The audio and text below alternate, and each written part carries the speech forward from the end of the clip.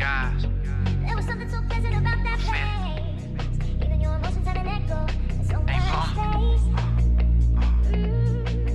I miss the guys. What is going on, guys? Welcome back. I'm shaking my head. Yesterday, I know I laughed about this, but I'm going to be honest with you. This was unreal. I would encourage you to go watch parts of this. It would not surprise me in the least if this was removed from NASCAR's Twitch. I've never. It's hard for me to put into words. When I made my video, I had a baseline. Okay, I had an idea of how bad this would go.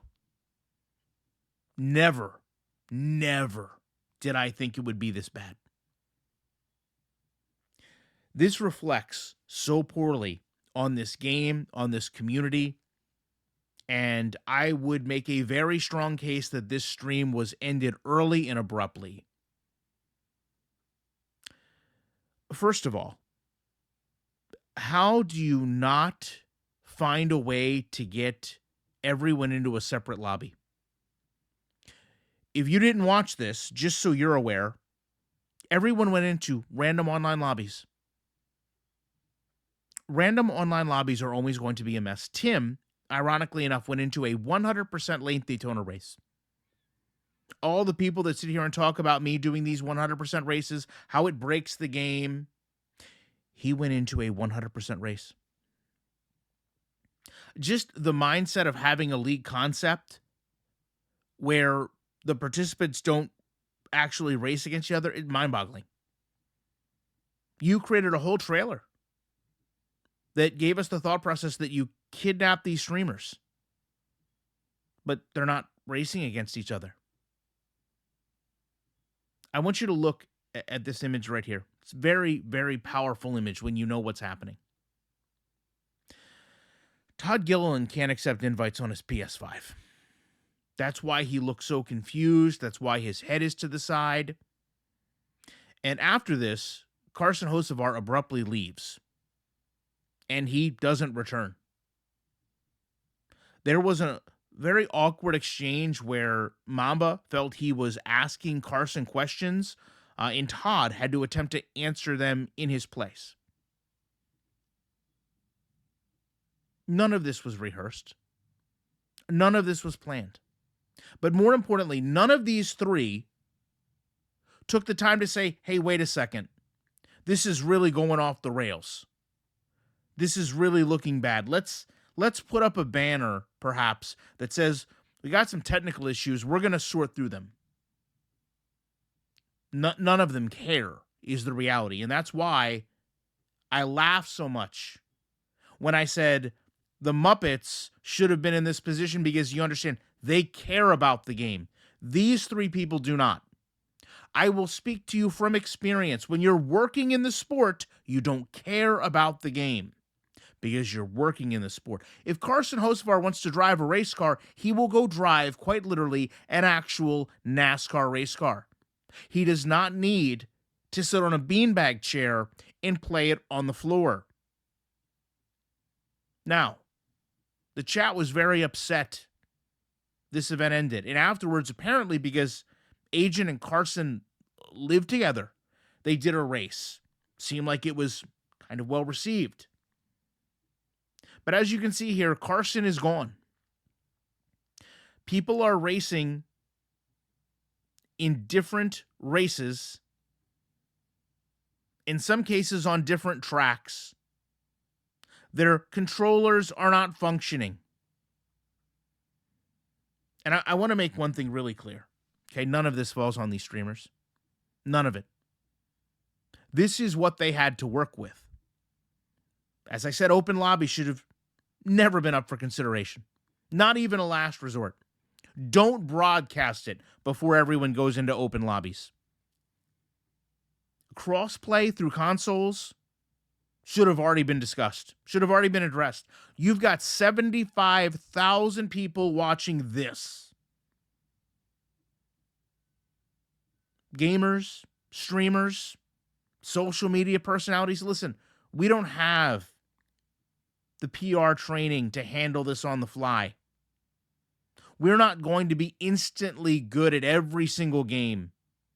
We're not going to be able to make every game look fun and engaging. And as I said, beyond that, you needed someone to take control. Instead, you just let the streamers do what they wanted to do. This totally new environment, this totally new game. And just briefly, I want to go back to the Muppets. One Muppet in particular that said, NASCAR gaming is back. No. NASCAR gaming is not back. It was never back. It's one step forward, 15 steps back. This game looks like a laughingstock because of this. This is a streamer using his face to steer the car. He is steering the car with his chin. They made it the entire screen, and they joked later that he steered his car with his chin better than some of the streamers did with their hands. I'll read you some comments from the end of the stream. Quote, embarrassing. Quote, Fire Mamba. Quote, no mods, no production. Quote, F-125 better. Quote, holy flop. Those aren't words that I said. Those aren't sentiments that I felt. It's what the people watching this saw. So a few days ago, when I was laughing and you told me that I didn't know what I was talking about, this was a great way to promote the game. This was aimed at a younger demographic. It was going to draw in new fans. No one is going to buy the game after watching this. Do you think anyone is going to take this game serious when someone is steering with their face? Do you think that anyone watching him steer with his chin is going to go to YouTube and look up someone else's YouTube channel to see how they play the game in a simulation style? Do you think they care about learning how to get the car set up fine-tuned so that you can drive it better with your chin? No. This is what NASCAR 25 deserved. This is what the developers that put this together earned. It took time to make something this bad. More effort went into the trailer than went into the final product. But this is what happens when you're so overconfident with your game. When you have a community that is borderline unwavering with toxic positivity. I want to leave you with this thought. And I want you to really sit back and think about this. Remember when this game came out? Remember when the developers were showing the game to the community? Do you remember how they did that? They brought them onto a Zoom call, and they allowed them to watch the developers play the game. So the mindset was, I'm going to play the game in the most controlled environment possible. You're going to watch me play this game, and then you're going to go back to the community and tell them how the game looked as I played it. You could not get a more controlled environment than that. Yet when it came time for the streamers to broadcast the game, they specifically went to the least controlled environments possible. What does that tell you? What does that tell you?